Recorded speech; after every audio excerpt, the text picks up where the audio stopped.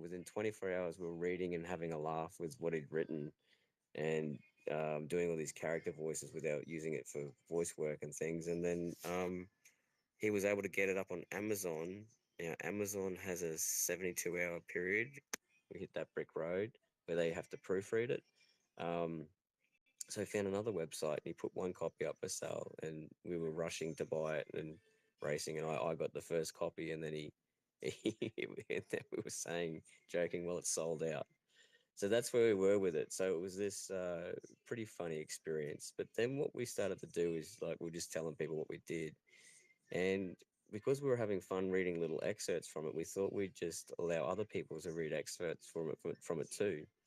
And the way we've been doing that is by reading it out to them first. So essentially, it gives us the chance to engage with that person in the space and read them out the titles, and then they tell us which title most appeals to them, and then we read them out the chapters, and then they tell us which chapter most appeals to them, and then we DM them that chapter. And it's for them to do with it whatever they want, and then but we get to record their first experience, so they can share their thought. They've been doing different things like just reading it and laughing out loud, or doing character voices with it, or actually relating it to their own personal lives and how they relate to that part of the chapter, and just and throwing in words too, like, and making the sentences their own. So it's been kind of enjoyable to watch how this little challenge has turned into somewhat of an endeavor, and a little. So yeah, so here we are. We have Sherry. So I'm going to read Sherry from the three phases, the titles, and Sherry, if you can choose which one most appeals to you. So the first phase of the book is transforming conflict on X. The second phase is applied social engineering on X. And the third phase is the villains on X. I can read them out again if you want. Oh, they're all interesting. So go again. Yeah, tell us about that. Tell us about that. Let's go again. So I'll read you the first one. Transforming conflict on X. Second one, applied social engineering on X. And the third one is the villains on X. I like all of them, and I can, as you're reading them out, I'm like, yep, that first one is good. I remember thinking that to myself when you first said it. And then the second one, I thought, yep, that applies to the first one. And then when you said the third one, it's like, well, they all sort of link in together. So I'm I'm interested in all three of them. Um, Mike, you might have to send Sherry a link so she can buy the book. Oh, by the way, which we won't announce, actually. We won't announce. Oh yeah, okay, we will. We're announcing right now. I'm hoping you've done this, Yui, by the way, because you were supposed to be. He's releasing another copy, and there's already Fehmi and Eileen who want to buy the copy, and now it's yourself. So um, feel free, but you're with us now, so the power is yours to make one choice at the moment, Sherry. I'm sorry, I can't give you any more than that. I wish I could, but it is your power to choose one of those three. so the first one was a conflict one, yeah? Yeah, so the first one was It's a conflict. transforming conflict on X. So Okay, what we so I can think I'll do, just go with that. Hmm? okay, all right, let's go with Because I that. think the other two sort of go with that very closely. So it might be better to read the first one, and then if Okay, I'm thirsty, I'll ask for the other two. okay, all right. Okay, so I'll read through the chapters. There is a number of short chapters, and here's the first one. The Apple of Discord. Second chapter, I didn't have a choice. Third chapter, why fights are creative. Fourth chapter, don't take the words too seriously. Fifth chapter, the barrier to knowledge. What chapter are we up to? One, two, three, four, five. Sixth chapter, attacking the funny bone. And the seventh chapter is I am because you are. And I can read them again for you if you like. Okay. Fights are creative is good. And what was number six? Number six, one, two, three, four, five, six. Attacking the funny bone. No, go back one more. The barrier to true knowledge. Back one more. Don't take words too seriously. One more. My fights are creative. Oh, okay. I thought I heard another one in there. And the one before those, I didn't have a choice. And then the first one was the apple of discord, and the last one was I am because you are. I like how you're taking control of this and making me navigate it. Okay, It's fights are yeah, creative. I like that one. yeah. Okay.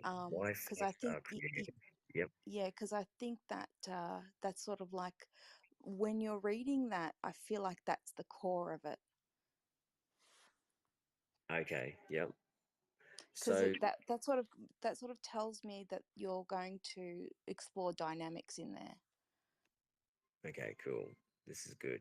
So Yui, I'm hoping Mr. Michael Jagdeo is DMing that chapter through to you.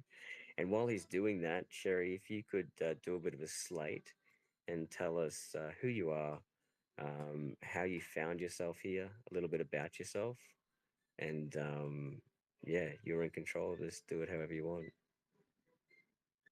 Oh, how far back do you want me to go, Joe? I've been on That's extra. completely up to you. It's completely up to Okay, you. This is all right. your show now.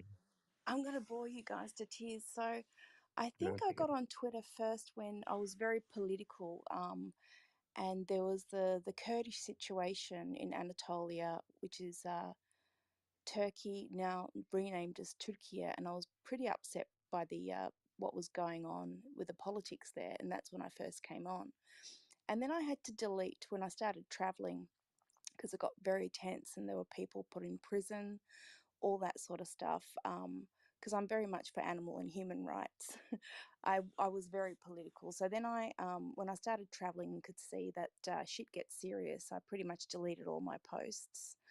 And then crypto came along. So I remember I was on Facebook one day, I clicked a link and found myself on Telegram and met all these people and ended up meeting people like Roger Ver and Jihan and getting involved into the crypto scene, found myself in Japan at Bitcoin conferences with lots of nerds. And it was quite an exciting time and quite a trip moving away from politics into the monetary system. But then as time went on, I could see there was a lot of scams happening. There was a lot of greed. It wasn't about the technology and it wasn't about, freedom anymore. It was very much about how the bucks that you could make and how many people you could get on board into a community and get rich from it. So after a period, I became disenchanted from that. I still, believe in Bitcoin Cash to, the possibility of peer-to-peer exchange if and when they get rid of cash, because I know that there's an attack on cash, and I know in Australia very recently Optus went offline for a while, and people couldn't buy anything. They were in a really bad position, and they're getting rid of ATMs and all that sort of stuff. And I've been part of the movement here in Australia as well in keeping cash and writing to, people in power in relation to having those freedoms for us. Um, so, yeah, and then I've jumped onto Twitter from Telegram, of course, into Spaces when they first began in 21. I think it was October 21, and it was very exciting. And I became very addicted to Spaces, and it was terrible. you know, we were, like in the book that you're putting together, there were a lot of fights and all that sort of stuff. So it became a social experiment for me to see how far I could go on such a platform and really just going with the process of what happens. And I remember opening rooms, and it'd be a room where I was reading people's voices and checking to see how much data I could gather just by hearing your voice. And that went pretty well.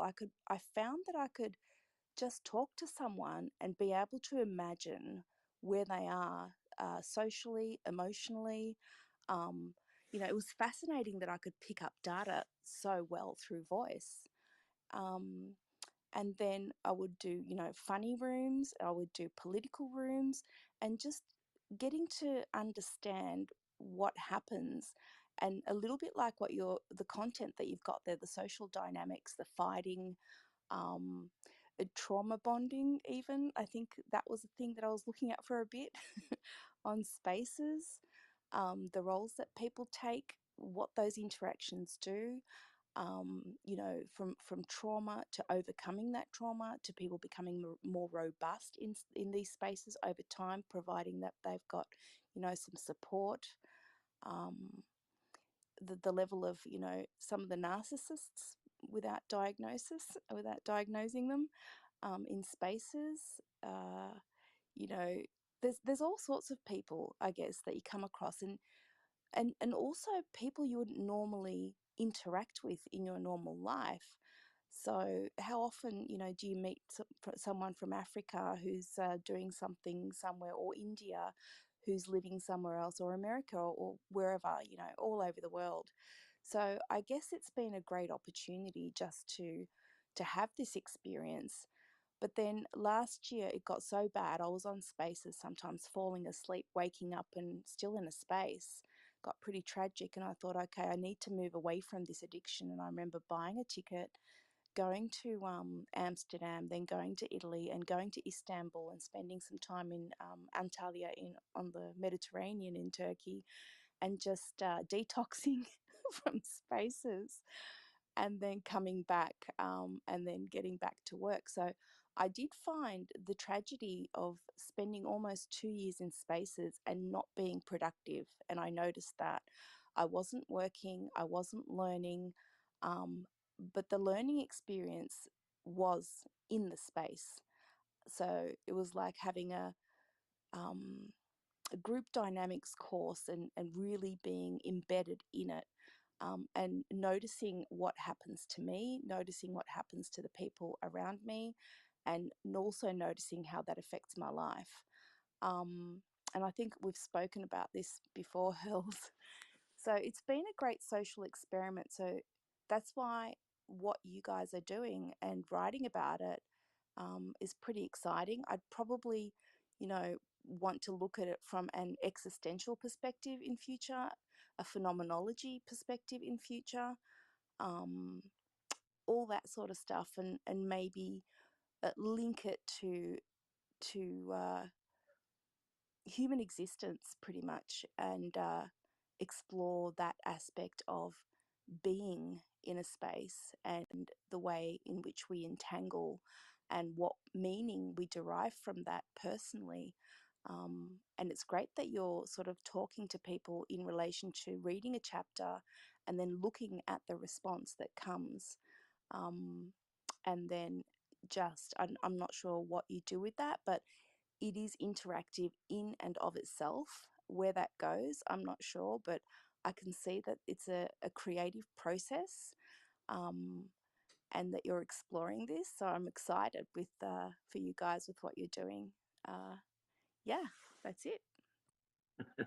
That's great. Well, I hope Michael was able to take his hand off it for long enough to DM you the chapter. And I'm not even sure we need you to read the chapter really, but that was so well said, and I appreciate you sharing that with us. It's helped me get to know you a little bit better. And I think I even witnessed part of the story. I was actually witnessing there, sharing in some of those moments with you. Um, Yui, have you DM'd Sherry the chapter? Okay, so Sherry, you might have the Let me have a look.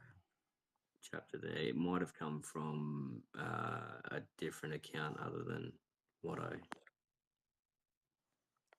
Ah, yep, got it. Yeah, Bubba.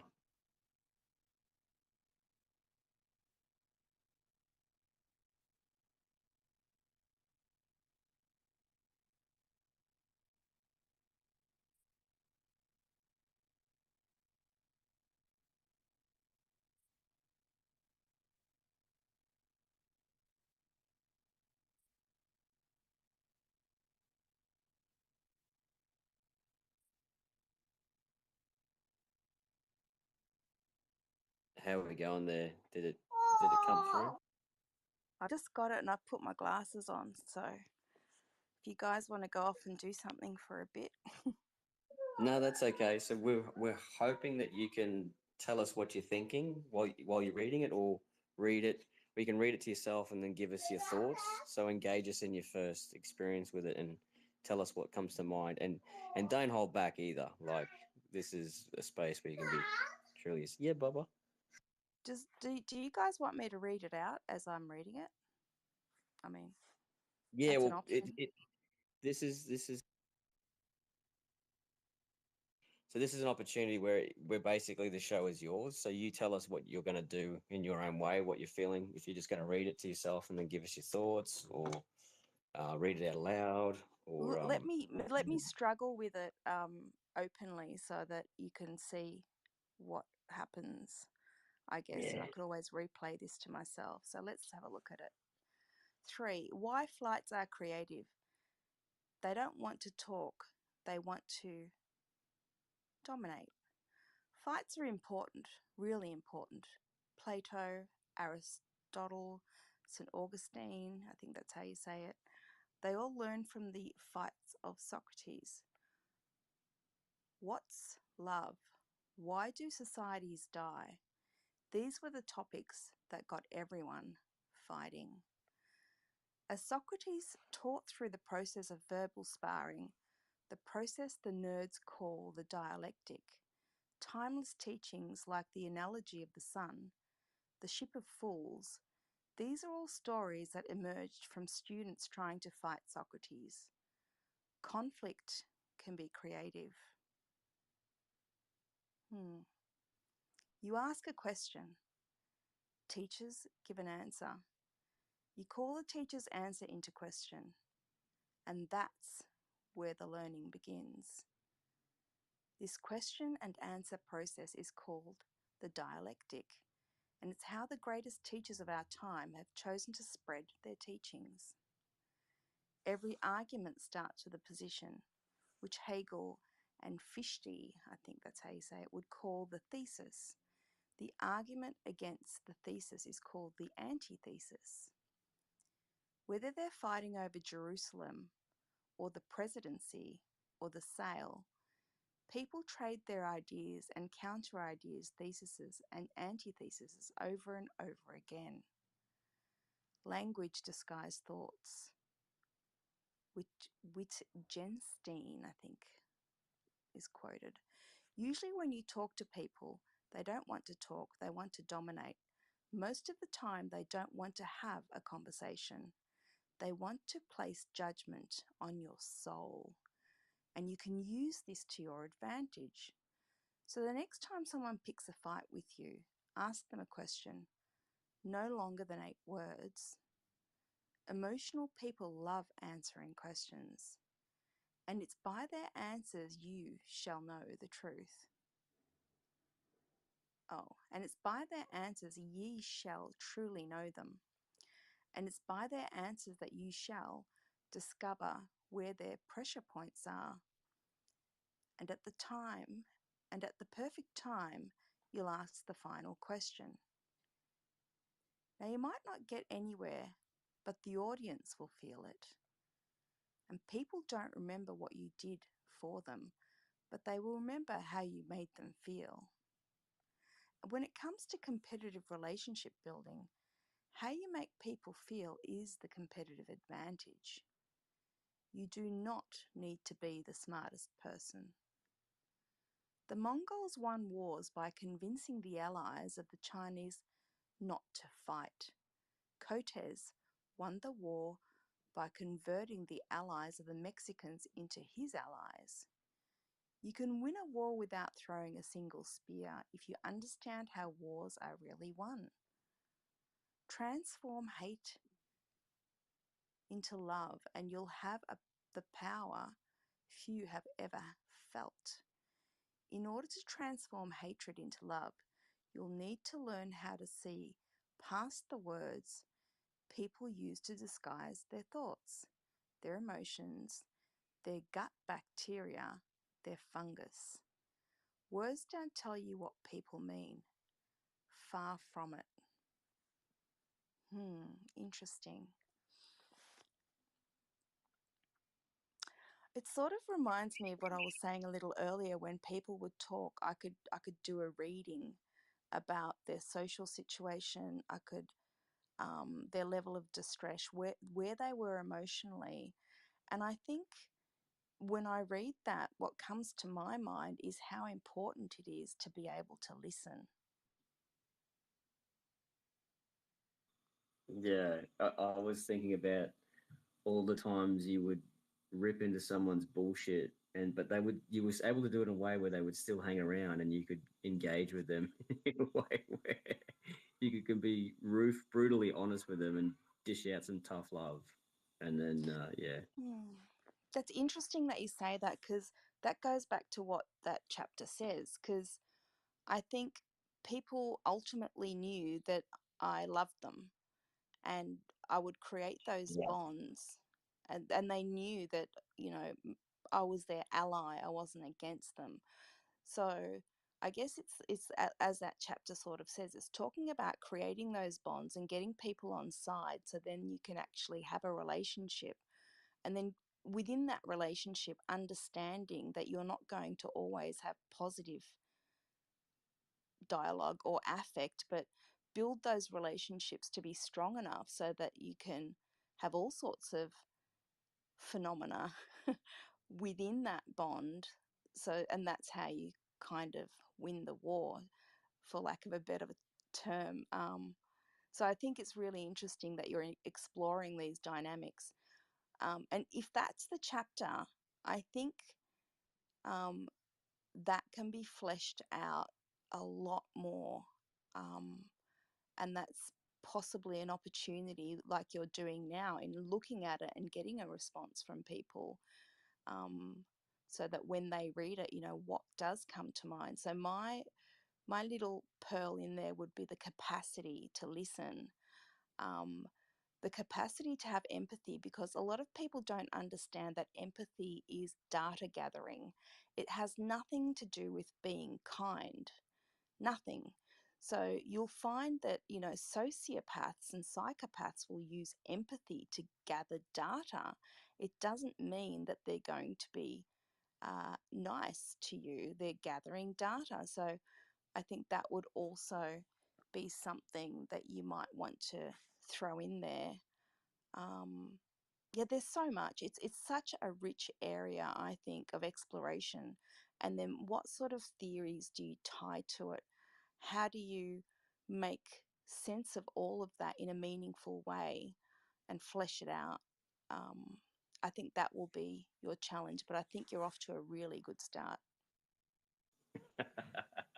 Well, I think we're off to a good start, but you don't even know it, but you've just, written that chapter because if you were in Michael Jagdeo's room right now, you'd be getting a scent of burning paper because the pen is creating so much friction on that paper and the ink is warming up and it's heating up in that room.